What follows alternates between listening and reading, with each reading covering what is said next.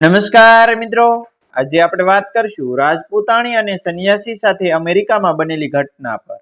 અમેરિકાના ઉત્તર ભાગમાં આવેલું એક શાંત ઉપનગર, પહોળા રસ્તાઓની બંને બાજુ સમાન અંતરે ઉભેલા વૃક્ષો, દરેક ઘરની સામે કાપીને સરખા રાખવામાં આવેલા લીલાછમ લોન, સવારથી સાંજ સુધી ભાગ્યે જ દેખાતા લોકો અને આખો દિવસ એક અજાણી શાંતિમાં ડૂબેલું વાતાવરણ. અહીં કોઈના ઘરના આંગણે બેસીને કલાકો સુધી વાતો કરવાનો રિવાજ નહોતો.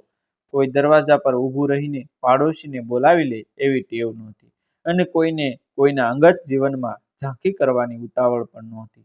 દરેક માણસ પોતાના સમય અને પોતાના કામમાં વ્યસ્ત રહેતો. આવા જ ઉપનગરમાં લગ્નને હજુ 2 મહિના જ થયેલી રાજસ્થાનના એક સંસ્કારી રાજપૂત પરિવારમાં ઉછરેલી એક રાજપૂતાણી પોતાના પતિ સાથે રહેવા આવી હતી. બાળપણથી જેણે સંયુક્ત પરિવારનું હુંફાળું જીવન જોયું હતું, સવારે ઘરમાં મંદિરની ઘંટના નાદ સાથે દિવસ શરૂ થતો જોયો હતો, વડીલોના આશીર્વાદ લઈને કામે નીકળવાની પરંપરા જીવી હતી અને મહેમાનને દેવતા સમાન માનવાની રીત શીખી હતી. એ યુવતી માટે આ નવું જીવન એકદમ અલગ હતું. તેના પતિએ વર્ષોની મહેનત પછી એક મોટી આંતરરાષ્ટ્રીય સંસ્થામાં ઉચ્ચ અધિકારી તરીકે સ્થાન મેળવ્યું હતું. કામની જવાબદારીઓ એટલી મોટી હતી કે ઘણીવાર સવારમાં વહેલા નીકળી જાય, રાત્રે મોડા પાછા ફરવું પડતું. લગ્ન થયા પછી તેણે પત્નીને પણ પોતાની પાસે બોલાવી લીધી હતી. બંનેના જીવનમાં પ્રેમ હતો, વિશ્વાસ હતો, પણ નવા દેશની અજાણી પરિસ્થિતિ સામે ઊભેલી આ યુવતી માટે દરેક દિવસ એક નવી કસોટી બની રહ્યો હતો. સવાર પડતા જ પતિ તૈયાર થઈને કામે નીકળી જતો. જતા પહેલા હંમેશા સ્મિત સાથે કહેતો કે કોઈ તકલીફ પડે ને તો મને સંદેશો કરજે, અને દરવાજો કોઈ અજાણ્યા માટે સહેલાઈથી ખોલતી નહીં. તે હળવું હસીને હા પાડી દેતી. પણ આખો દિવસ ઘરમાં એકલતા તેની આસપાસ ગાઢ સાયાની જેમ ફરી વળતી. ક્યારેક રસોડામાં પોતાના ગામના સ્વાદવાળી વાનગીઓ બનાવતી, ક્યારેક માતા સાથે વાત કરતી, ક્યારેક બારીમાંથી બહાર નજર કરતી. સામેના ઘરમાં રહેતા વૃદ્ધ દંપતી સવારે પોતાના કૂતરાને લઈને ફરવા નીકળતા. બાજુના ઘરમાં રહેતી સ્ત્રી ચોક્કસ સમયે પોતાની ગાડીમાં બેસીને ક્યાંક જતી.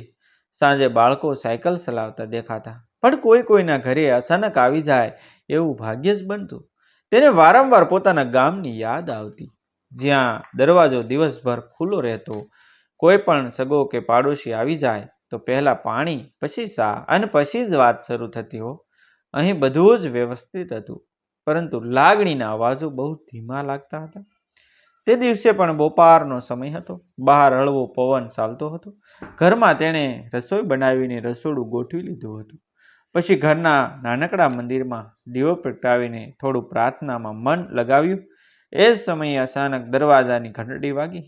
એકવાર વાગી, પછી થોડા વિરામ પછી બીજી વાર વાગી. આ સમયે કોણ હશે? પતિ તો સાંજ પહેલા આવવાનું નહોતું, કોઈ ઓળખીતું પણ નહોતું. તેણે દરવાજાની અંદર લગાવેલી કાચની નાની જાળીમાંથી બહાર નજર કરી. સામે સફેદ વસ્ત્રોમાં એક વૃદ્ધ સંન્યાસી ઊભા હતા. લાંબી સફેદ દાઢી, કપાળ પર શાંતિનો તેજ, હાથમાં એક નાનું ભિક્ષા પાત્ર અને આંખોમાં અજીબ પ્રકારની સ્થિરતા. તેમના ચહેરા પર ન તો ઉતાવળ હતી, ન વિનંતીનો ભાર, ન કોઈ પ્રકારનો ભય. તેઓ માત્ર શાંતપણે દરવાજા સામે ઊભા હતા. રાજપૂતાણીએ થોડી ક્ષણ વિચાર કર્યા. બાળપણથી જ ઘરમાં સાંભળેલું એક સંન્યાસી સંત કે યાચક ખાલી હાથે પાછા ન મોકલવા, એ સંસ્કાર તેના મનમાં જીવંત હતા. તેણે ધીમેથી દરવાજો ખોલ્યો. સંન્યાસીએ નમ્ર અવાજમાં કહ્યું કે ભિક્ષામ દેહી. અવાજમાં આદેશ નહોતો, અહંકાર નહોતો, માત્ર એક સરળ વિનંતી હતી. રાજપૂતાણી તરત જ અંદર ફરી. તેના મનમાં પ્રથમ વિચાર આવ્યો કે ભિક્ષામાં તો અનાજ જ આપવામાં આવે છે. તેના પિયરમાં વર્ષોથી આવું જ થતું હતું. કોઈ સાધુ આવે તો ઘઉં, ચોખા, દાળ કે શક્ય હોય તો થોડા નાણાં ભક્તિપૂર્વક આપવામાં આવતા. તેણે રસોડામાંથી એક સ્વચ્છ વાટકીમાં ચોખા અને થોડું ઘઉં ભરીને આવ્યા. બંને હાથમાંથી પાત્ર આગળ ધરીને આદરપૂર્વક બોલી કે મહારાજ, સ્વીકાર કરો. વૃદ્ધ સંન્યાસીના ચહેરા પરનો શાંત ભાવ એક પળ માટે બદલાઈ ગયો. તેમણે અનાજ તરફ જોયું, પછી રાજપૂતાણી તરફ નજર કરી અને થોડા કડક સ્વરે કહ્યું કે દીકરી, અમારી પરંપરામાં અમે અનાજ નથી લેતા. અમે માત્ર તૈયાર ભોજનની જ ભિક્ષા સ્વીકારીએ છીએ. જો ભોજન હોય તો આપો, નહીં હોય તો કોઈ વાંધો નહીં. તેમના શબ્દમાં અપમાન કરવાની ભાવના નહોતી, પરંતુ અવાજમાં દ્રઢતા હતી. નવા દેશમાં, નવા ઘરમાં અને અજાણી પરિસ્થિતિમાં ઊભેલી રાજપૂતાણીને આ વાત અચાનક કઠોર લાગી. તેના મનમાં તરત જ વિચાર આવ્યો કે ભિક્ષા માંગનાર વ્યક્તિ આપનારને આ રીતે કેવી રીતે ટોકે. તેને લાગ્યું કે તેણે તો સંસ્કારથી પહેરાઈને આદરપૂર્વક ભિક્ષા આપી હતી, છતાં સામે અસ્વીકાર મળ્યો. તેના સ્વાભિમાને એક ક્ષણમાં માથું ઊંચું કર્યું. તેણે પણ દ્રઢ અવાજમાં જવાબ આપ્યો, અમને અહીંની પરંપરાની ખબર ન હોય મહારાજ, પણ અમારા દેશમાં ભિક્ષામાં અનાજ અને નાણાં જ આપવામાં આવે છે. અમે જે શીખ્યા છીએ તે જ આપ્યું છે. ભિક્ષા આપનારનું અપમાન કરવું એ પણ યોગ્ય નથી. તેના શબ્દમાં નવા દેશનો ગભરાટ નહોતો, પરંતુ પોતાના સંસ્કાર પ્રત્યેનો ગર્વ હતો. બંને વચ્ચે થોડી ક્ષણ માટે ગાઢ મૌન છવાઈ ગયું. બહાર પવનની હળવી સસરાટ સિવાય કંઈ સંભળાયું નહોતું. સંન્યાસીએ તેની આંખોમાં જોયું. હવે તેમને ગુસ્સો રહ્યો નહોતો. તેમણે ખૂબ શાંતિથી પૂછ્યું, તમે અહીં નવા આવ્યા છો? રાજપૂતાણીએ હજુ પણ સ્થિર અવાજમાં કહ્યું કે હા, અમને અહીં આવ્યા હજુ 2 મહિના જ થયા છે. અહીંની રીતભાત શીખી રહી છું. તમે શું સ્વીકારો અને શું ન સ્વીકારો તેની મને ખબર કેવી રીતે હોય? આ શબ્દોમાં હવે ક્રોધ કરતાં વધુ નિખાલસતા હતી. સંન્યાસીના ચહેરા પર ફરીથી શાંતિ પાછી આવી ગઈ. તેમણે ભિક્ષાપાત્ર થોડું નીચે કર્યું અને ધીમેથી કહ્યું, હવે સમજાયું? અજાણી ભૂમિ પર આવેલા માણસને દરેક પરંપરા તરત કેવી રીતે ખબર પડે? મારી વાણી કઠોર થઈ ગઈ. તે યોગ્ય ન હતું. રાજપૂતાણીનો શ્વાસ પણ ધીમે ધીમે સામાન્ય થવા લાગ્યો. બંનેને સમજાઈ ગયું કે આ ટકરાવ દુર્ભાવનાથી નહીં, પરંતુ પરંપરાના ભિન્ન અનુભવોથી જન્મેલો હતો. સંન્યાસીએ પાછા વળતા પહેલા માત્ર એટલું જ કહ્યું, દીકરી, સંસ્કાર સાચા હોય તો ગેરસમજ લાંબી ટકતી નથી. અને તેઓ ધીમા પગલે આગળ વધવા લાગ્યા. રાજપૂતાણી દરવાજા પાસે જ ઊભી રહી ગઈ. તેના મનમાં અનેક વિચારો એકસાથે દોડવા લાગ્યા. શું તેણે વધારે કડક જવાબ આપી દીધો, કે પછી પોતાની પરંપરાનું માન રાખવો ખોટો નહોતો? બીજી તરફ સંન્યાસીના મનમાં પણ એક વિચાર વારંવાર ઉઠતો હતો કે અજાણ્યા દેશમાં નવા આવેલા લોકો પાસેથી પોતાની પરંપરાની અપેક્ષા રાખવી યોગ્ય છે કે નહીં? સંન્યાસી ધીમે ધીમે રસ્તા પર આગળ વધવા રહ્યા, પરંતુ તેમના પગલામાં હવે પહેલાની જેમ સ્થિરતા હોવા છતાં મનમાં વિચારોનો પ્રવાહ વહેતો હતો. વર્ષોથી તેઓ અનેક દેશોમાં ભારતીય પરિવારો સુધી પહોંચતા, જ્યાં જ્યાં તેમની પરંપરાને ઓળખતા લોકો રહેતા, ત્યાં ભોજનની ભિક્ષા સ્વીકારીને આશ્રમના સેવા કાર્ય માટે જીવન જીવતા. તેઓ ક્યારેય કોઈના દ્વારે જબરદસ્તી ઊભા રહેતા નહોતા, ન કોઈને પોતાની રીત સ્વીકારવા માટે દબાણ કરતા હતા. પરંતુ આજે પોતાના મોઢેથી નીકળેલા કઠોર શબ્દો તેમને અંદરથી ખૂંસી રહ્યા હતા. બીજી તરફ રાજપૂતાણી પણ દરવાજો બંધ કરીને રસોડામાં ગઈ, પરંતુ હાથમાં લીધેલું કોઈ કામ પૂરું કરી શકી નહીં. વાટકામાં ભરેલું અનાજ હજુ પણ મેજ પર પડ્યું જ હતું. તેને બાળપણથી માતાએ શીખવેલું કે દાનમાં આપેલી વસ્તુ ક્યારેય પાછી ઘર માટે વાપરવી નહીં, કારણ કે તે ભાવથી અપાય છે, વસ્તુથી નહીં. તેણે તે અનાજ અલગ રાખી દીધું અને લાંબા સમય સુધી બારી પાસે ઊભી રહી, બહાર જોતી રહી. આખી ઘટના તેના મનમાં ફરી ફરીને આવતી રહી. એક બાજુ લાગતું હતું કે પોતાના સંસ્કારનું રક્ષણ કર્યું, તો બીજી બાજુ મનના ખૂણે પ્રશ્ન ઊભો થતો કે કદાચ સામેના માણસની રીત અજાણ્યા વગર તેણે પણ ક્રોધમાં જવાબ આપી દીધો. આજે તેનો પતિ કામ પરથી પરત આવ્યો. દરવાજો ખોલતા જ તેની પત્નીના ચહેરા પરની ગંભીરતા દેખાઈ ગઈ. રોજની જેમ હસીને આવકારવા બદલ આજે તે શાંત હતી. જમતી વખતે પતિએ પ્રેમથી પૂછ્યું, આજે આખો દિવસ કંઈક વિચારમાં લાગે છે, શું થયું? શરૂઆતમાં તેણે વાત ટાળવાનો પ્રયત્ન કર્યો, પરંતુ પછી બપોરે બનેલી આખી ઘટના શબ્દે શબ્દ કહી સંભળાવ્યો. પતિએ ધ્યાનથી બધું સાંભળ્યું. વચ્ચે એક પણ વાર રોકાયા વગર અંત સુધી સાંભળ્યા પછી તેણે ધીમેથી પાણીનો ઘૂંટડો લીધો અને કહ્યું કે તારો ઈરાદો ખોટો નહોતો. તું જે કર્યું તે તારા સંસ્કાર મુજબ સાચું હતું. પણ શક્ય છે કે તે સંન્યાસીની પોતાની કોઈ પરંપરા હોય. દુનિયામાં એક જ રીતે બધે ચાલે એવું જરૂર નથી. રાજપૂતાણીએ તરત જ કહ્યું, પણ મેં તો અપમાન નહોતું કર્યું. પછી તેમણે અનાજને એ રીતે કેમ નકાર્યું? પતિ થોડો સમય મૌન રહ્યો અને પછી બોલ્યો, આપણે નવા દેશમાં છીએ. અહીં રોજ નવી નવી વાતો શીખવી પડશે. કદાચ આજે તેમણે પણ કંઈક શીખ્યું હશે અને આપણે પણ. આ સરળ શબ્દોએ રાજપૂતાણીના મનનો ભાર થોડો હળવો કર્યો. છતાં ઘટનાનો પડછાયો સંપૂર્ણ દૂર થયો નહીં. બીજા દિવસે સવારે પતિ કામે નીકળી ગયું. રાજપૂતાણીએ મનમાં નક્કી કર્યું કે હવે આ ઘટનાને ભૂલી જવી જોઈએ. તેણે ઘરના કામકાજમાં પોતાને વ્યસ્ત રાખવાનો પ્રયત્ન કર્યો. બપોર પછી ઘર માટે કેટલીક જરૂરી વસ્તુઓ લેવા નજીકના ભારતીય બજારમાં જવાનું વિચાર્યું. ત્યાં ભારતીય કરિયાણાની દુકાનો, શાકભાજી, મીઠાઈ અને થોડા ભોજનાલય હતા. ત્યાં જતાં તેને પહેલીવાર એવું લાગ્યું કે આ અજાણ્યા દેશમાં પણ પોતાના લોકોનો એક નાનો ખૂણો જીવંત છે. દુકાનમાં રાજસ્થાની બોલી સાંભળીને તેના ચહેરા પર સ્મિત આવી ગયું. દુકાનદાર સાથે વાતચીત થઈ. દુકાનદારે પૂછ્યું, બહેન, નવા આવ્યા લાગો છો? તેણે હસીને જવાબ આપ્યો, હા, હજુ 2 મહિના જ થયા. દુકાનદારે અનેક ઉપયોગી વાતો સમજાવી.